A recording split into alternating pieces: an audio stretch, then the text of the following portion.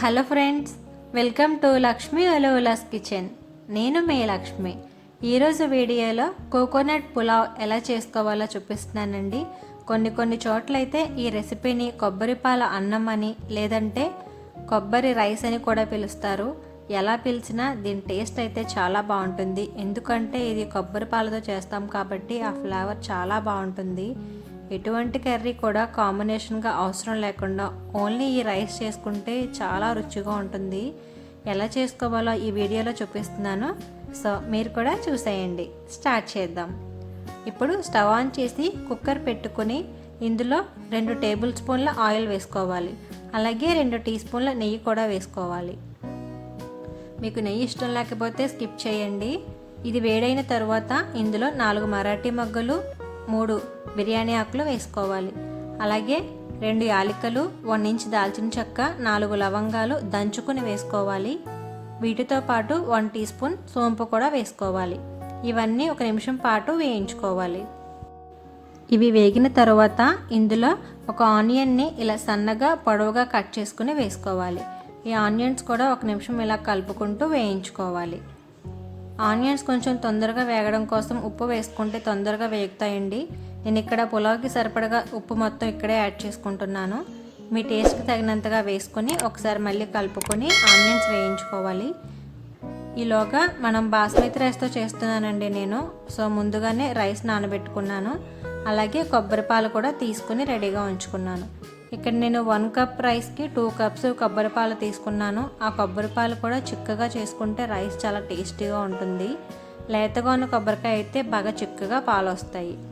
Onions ఈ విధంగా వేగిన తర్వాత ఇందులో 5 పచ్చిమిర్చి అలాగే 1 టీ స్పూన్ అల్లం వెల్లుల్లి పేస్ట్ వేసుకుని ఇలా కలుపుకుంటూ పచ్చివాసన పోయేంత వరకు వేయించుకోవాలి. అల్లం వెల్లుల్లి పేస్ట్ వేగిన తర్వాత ఇందులో 2 పెద్ద పొటాటో కట్ చేసిన ముక్కలు, అలాగే 2 క్యారెట్ ముక్కలు, కొద్దిగా కొబ్బరి తురుము వేసుకోవాలి. అంటే 1 టేబుల్ స్పూన్ వేసుకుంటే సరిపోతుంది. ఇవన్నీ వేసిన తర్వాత ఒకసారి అన్నీ కలుపుకోవాలి. ఈ పులావ్లోకి క్యారెట్ని ఇలా పొడవుగా కట్ చేసుకుని వేసుకుంటే చాలా బాగుంటుందండి.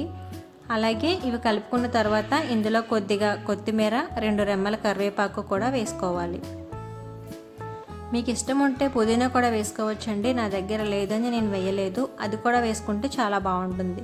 ఇప్పుడు ఇవన్నీ కలుపుకున్న తర్వాత ఇందులో 1 టీ స్పూన్ కారం, 1/2 టీ స్పూన్ గరం మసాలా పొడి వేసుకుని ఇప్పుడు మళ్ళీ ఇవన్నీ ఒకసారి కలుపుకొని ఒక 2 నిమిషాల పాటు మూత పెట్టుకుని మగ్గించుకోవాలి. ఇవన్నీ మగ్గిన తర్వాత మనం ముందుగా నానబెట్టి ఉంచుకున్న బాస్మతి రైస్ని వాటర్ లేకుండా ఇందులో వేసుకోవాలి. వేసుకుని రైస్ని కూడా ఒక 2 నిమిషాల పాటు వేయించుకోవాలి. ఇలా రైస్ కూడా బాగా వేగిన తర్వాత ఇందులో ముందుగా తీసి ఉంచుకున్న కొబ్బరిపాలు ఉన్నాయి కదా, వాటిని వేసుకోవాలి.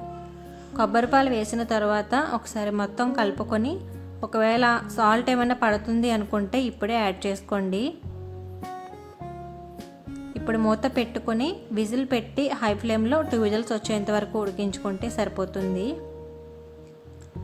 ఇలా 2 విజిల్స్ వచ్చిన తర్వాత స్టవ్ ఆఫ్ చేసుకుని ప్రెషర్ పోయిన తర్వాత మూతను ఓపెన్ చేసుకోవాలి. ఇప్పుడు ఈ పులావ్ పర్ఫెక్ట్గా కుక్ అయి ఉంటుందండి. చాలా బాగుంటుంది. సో వేడిగా సర్వ్ చేసుకుంటే చాలా బాగుంటుంది. ఇంకెందుకు ఆలస్యం, మీరు కూడా ఖచ్చితంగా ట్రై చేసి మీకు ఎలా వచ్చిందో నాకు కామెంట్లో చెప్పండి. ఈ వీడియో కనుక మీకు నచ్చినట్లయితే నా వీడియోకి లైక్ చేసి మీ ఫ్రెండ్స్కి కూడా షేర్ చేయండి. అలాగే ఫస్ట్ టైం చూస్తున్న వారైతే తప్పకుండా సబ్స్క్రైబ్ చేసి నాకు సపోర్ట్ చేయండి. Thank you for watching.